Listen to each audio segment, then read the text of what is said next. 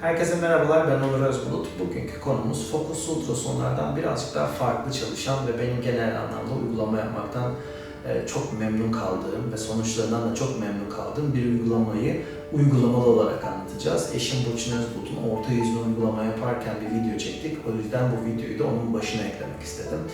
Ben kimim? Onur Özbulut, 9 Eylül Üniversitesi Biyomedikal mezunu. Yaklaşık 17 yıldır da estetik sektöründe bu kullanılan tıbbi cihazların eğitimlerini dermatoloji doktorlarına, estetik cerrahlara, medikal estetik doktorlarına, diyetisyenler hatta estetisyenlere veren kişiyim. Bu anlamda tıbbi cihazlar ya da bu anlamda kullanılan medikal estetik cihazlarla ilgili sorularınız olursa her türlü yanıtlamaktan memnuniyet duyuyorum. Videomuz orta yüzdeki uygulamaların nasıl farklı olduğu, fokus ultrasonlarla arasında neden farklılıklar var, neden bu uygulama daha mantıklı, bunu neden tercih etmeliyim, sonuçları ne zaman geliyor, uygulama sonrasındaki bakım nasıl olmalı gibi soruları, gelen genel soruları Burç Hanım'la birlikte paylaştım ve o da yüzüne uygulama yaparken bunları sizinle paylaşmak istedi. Videoyu izleyebilirsiniz. Sorularınız olursa videonun altına yazabilirsiniz. Şimdi size iyi seyirler diliyorum. Evet, saten yüz germe işlemini biz çok anlatıyoruz. Hep konuşma olarak anlattık sizlere. Teorik bilgileri anlattık. Bu sefer uygulamalı olarak bir video çekelim istedik. Cildin alt katmanlarından 42-46 derece aralığında ısı oluşturduğumuz bu işlem haftada bir, toplamda 4 seans tekrar ediliyor. Az problemli ciltlerde, daha genç ciltlerde 2 seans bile yeterli oluyor. Saten yüz germe uygulamasında amaç derinin kalitesini arttırmak, derinin sıkılığını arttırmak, cildin daha sıkı, yüz hatlarının daha belirgin olmasını sağlamak. Beraberinde zaten kolajen aktivasyonuna bağlı olarak cildin renk tonunda açılma gözlemlenebiliyor. Bunlar pozitif yan etkiler. Asıl hedef cildin rengini açmak değil, böyle anlaşılmamalı. Ama kolajen üretiminiz o kadar artıyor ki cildinizde aydınlanmayı da açılmayı da görebiliyorsunuz. İğnesiz, ağrısız, sosyal hayatı kısıtlamayan, acısız, herhangi bir uyuşturma gerektirmeyen konforlu bir işlem bu. Şu an benim orta yüzümde uygulama yapılıyor. Neden saten yüz germe uygulamasını, yani monopolar fokuslu radyo frekans ve ultrason teknolojisini tercih ediyoruz? Biraz bunlara değinelim. Genelde danışmanlık verdiğimiz tarafta da bize çok fazla mağduriyet yaşamış kişiler ulaşıyor. Saten yüz germe güvenli bir uygulama. Özellikle uygulamayı kendime yaptırırken göstermek istedim. Hem bu bahaneyle de Onur bir uygulama yapmış oldu bana. YouTube videosu çekerim deyip kandırdım. Şöyle, saten yüz germe son derece güvenli bir işlem. Cildinizde yaşayabileceğiniz böyle teknoloji, enerji bazlı uygulamalarda yaşayabileceğiniz bir takım problemler var. Bunların başında da yüzde yağ kaybı denilen atrofi riski gelir. Bir diğer risk yüzde sinir hasarı riski olur. Onun dışında asimetri riski olabilir. Farklı teknolojilerde yüzeyel yanıklar meydana gelebilir. Bunların hiçbiri saten yüz germe uygulamasında olmaz arkadaşlar. O yüzden bu uygulamayı güvenli buluyoruz. Sunduğu faydaya göre, verdiği etkiye göre bir o kadar da kontrollü ve güvenli bir işlem bu. Şimdi ben orta yüz uygulaması yapılıyor bana. Orta yüzümde ne gibi faydaları olabilir? Biraz onlardan bahsetmek istiyorum. İsterseniz Onur Bey, sizin sesiniz de çıkıyordur mikrofondan. Siz de anlatabilirsiniz uygulama yapılırken. Tamam. Orta yüzde bu uygulamayı yapmamızın asıl amacı orta yüzdeki Yağ yastıkçının şurada altından geçiyorum. Birazcık daha elmacık kemiğini orta plana çıkartırmak. Maseter kısmında bir iki tane halka yapıyorum. Ya da 2 tane halka yapıyorum. Bu bölgeyi birazcık daha çeken ve burayı birazcık daha bu tarafa doğru toplayan bir uygulama. Çene hattından dümdüz geçiyorum. Yani bu jawline hattını birazcık daha belirginleştirmek için.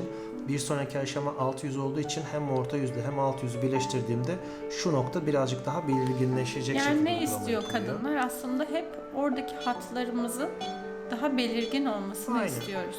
Belirgin bir hat ortaya çıkartmak. Şu elmacık kemiğinin altına makyaj yapılırken burası renklendirilen kısım. Bu renklendirilen kısmı birazcık daha toparlamak ve birazcık daha böyle ön plana çıkartmak. Çene kısmında şu sivriliği vermek. Dudak üstünde eğer ki sigara içen varsa ki Burçam sigara içmiyor. Dudak üstüne geçip oradaki barkod çizgilerini açmak. Aşağı doğru eğer ki varsa ki Burçam'da gene yok. Uygulama yaptığımız şu bölgede çin bıyıklarını ortadan kaldırmak. Nazolabial çizgisi çok belirgin olan kişilerde bu bölgeyi açmak. Kaz ayağı çevresinde karışıklık varsa bu bölgeyi açmak gibi Şimdi ben söyleyebilirim. hemen araya girmek istiyorum. Çin bıyığı dedik, nazolabial oyuğu dedik.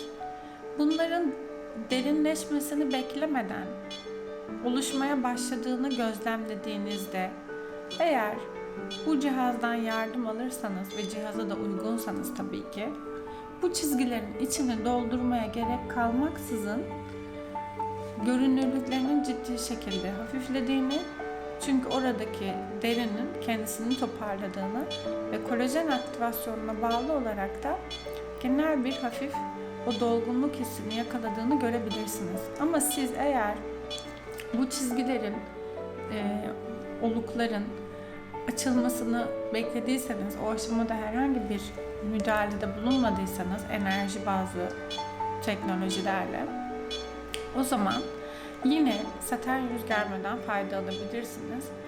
Devamında o hafiflediğinde, o olukların görüntüsü, derinliği hafiflediğinde, cilt sıkılaşıp toparladığında, eğer hala rahatsızsınız, çok daha minimal dokunuşlarla oluklara müdahale ettirebilirsiniz. Her halükarda çok mantıklı bir sistem. Oluşumunun zaten önüne geçmek için mantıklı. Bunun dışında da eğer oluşmuş bir nazolabial oyuğu var ise de yaptıracağınız herhangi bir enjeksiyonlu işlemin dozunu çok daha minimal tutarak çözüme kavuşabilirsiniz. Saten yüz germe uygulamasında adının saten yüz germe olduğuna bakmayın. Şöyle ki bir yüz germe operasyonu gibi düşünmeyin bunu, ama etkisi her geçen gün cildinizin sıkılaşıp elastikiyetini arttırdığı için bir yüz germe olarak ismi bu şekilde. Yoksa uygulama son derece konforlu. Uygulamanın konforlu olduğuna dair çok fazla bilimsel yayın var. Sanıyorum bugüne kadar kullanılmış anti-aging'deki en yaygın teknolojilerde ilk sıralarda yer alır ve bilimsel olarak da bu kadar bilimsel veriye sahip gerçekten çok az cihaz var diyebilirim.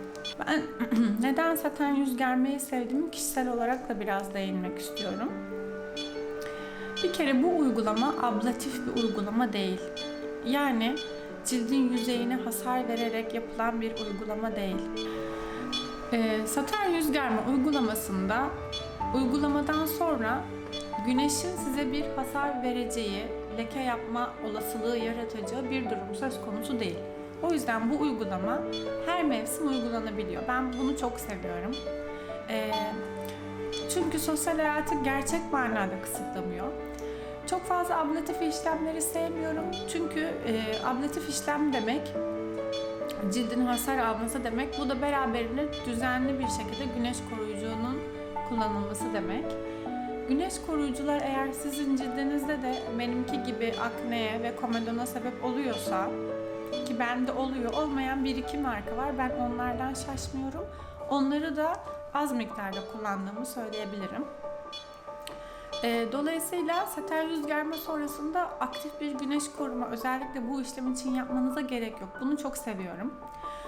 Bunun dışında yüzümüzde yağ eritmesi gibi, yağ dokusunda eksilme gibi bir olumsuzluğa sebep olmuyor. Bu cihazla örnek veriyorum. Gıdı bölgesini sıkılaştırabilirsiniz ama gıdıdaki yağı azaltamazsınız. Bazen yanıltıcı, bilinçsiz bir şekilde yapılmış tanıtımlar görüyorum. Gıdı eritme gibi. Bu cihaz hiçbir şekilde yağ dokuyu eritmez. Yağ dokuyu eritemediğine dair çok fazla bilimsel yayını olan bir sistem bu. Yağ dokusunun erimemesi yüzümüz için son derece önemli. Yağ yastıkçıklarımız yüzümüz için çok kıymetli. Dolayısıyla en sevdiğim güvenli özelliklerinden bir tanesi de yağ dokumuza bir zarar vermiyor olması, bir eksilmeye yol açmıyor olması. Yine saten yüz germeyi bana çok sevdiren yönlerinden bir tanesi sinir hasarı yaratmaması. Onur Bey, özellikle sizin alanınız fokuslu ultrasonlarda en çok karşılaştığımız şeylerden birisi sinir hasarı. Peki sinir hasarı olunca ne oluyor? Bir anlatır mısınız? Ne hissediyor insanlar ya da ne hissedemiyorlar? Sinir hasarı normal şartlarda 65 santigrat derecenin üstünde sinir blokajı yapılan yerlerde problem çıkabiliyor. Bunlar şu kaş hizalarında olabiliyor. Kaş düşüklüğüne sebebiyet verebiliyor ya da kaşın bu bölgesine yapılmış bir sinir hasarında buraya kişi dokunduğunda böyle yukarıya kadar tüm sinir trasesi boyunca hasta bunu hissedebiliyor ya da danışan bunu hissedebiliyor. Elektrik çarpması gibi. Ya da Sanki buradan böyle kablolar saçınızı kopuyormuş gibi. çekermiş gibi. Nazolabial kısmında şu bölgede bir problem yaşanabiliyor. Bu da dudak bölgesine ağrı yapabiliyor. His kaybı olabiliyor. Şu hat normal şartlarda çok fazla uygulanmaması gereken bir hat. Burada da sinirlerimiz var. Bu bölgeye de tabii ki bilinçsizce uygulanan fokus ultrasonlarda şu bölgede de yaklaşık bir 2 aylık bir ağrı söz konusu olabiliyor. Bu sinir hasarları şu bölgeye uygulamanın yapılırken dikkatli yapılması ve göz çevresinde tam şu noktaya dikkatli bir şekilde uygulamanın yapılması gerektiğini gösteriyor. Ama tabii ki güzellik salonlarında yapılan fokus ultrason uygulamalarında bu çok fazla dikkate alınmıyor. Saten yüz germede böyle bir risk yok. Yüzünüzün bir bölgesini, göz kapağına dair uygulama yapıyorum. bir bölgesini hissetmeme gibi veya işte farklı içeride acılı ağrılı hisler söz konusu değil. Son derece güvenli. Bir kere çok agresif bir işlem değil, çok güçlü bir işlem ama çok kontrollü bir işlem. Fark ettiyseniz uygulamada dudak üstüne de ağız kenarında sinir hatlarının olduğu bölgelerin üzerine doğrudan yapılabilen bir işlem. Evet, hatta göz çevresinde periorbital wrinkle reduction olarak ayrıca spesifik FDA onayı olan bir sistem bu. Yani göz çevresine, göz altına, göz üstündeki elastikiyet kaybına doğrudan uygulama yapılabileceği bilimsel olarak kanıtlanmış bir sistem. Dolayısıyla kontrollü olmasını çok seviyorum ve güvenilir bulduğum için de kendime de uygulatmakta hiçbir sakınca görmüyorum. İşlem sonundaki pembelik bu kadar. Şurada böyle birazcık daha fazla pembelik var. O da nazolabial bölgesinde birazcık daha fazla çalıştığım için bu bölgedeki kırışıklıkların oluşmasını engellemek amaçlı. Yani kırışıklık oluştuktan sonra da yapılan bir işlem olabilir ama oluşmasını engelleyici bir işlemde olarak kullanılabilir, tercih edilebilir. Yaşlanma belirtilerini kendini nasıl gösteriyor bizde? Yüzümüzde önce biraz dokunduğumuzda hafif bir gevşeklik hissediyoruz. Kısa bir süre sonra da yüzümüzün hattı, kontürü bozulmaya başlıyor. Çünkü deri yavaş yavaş aşağı doğru bırakıyor kendini. Şimdi bu yaptığımız... Şu kontrol bile önemli. Yani bu bıraktığında hızlı geri gelmesi ya da sıkılığı ya da içerideki tonusu dediğimiz şu yanağın sıkılığı, bunlar kontrol edilmesi gereken ve eğer ki bir farklılık varsa hemen bu anlamda anti-aging işlemlere başlanması gereken bir kontrol diyebilirim.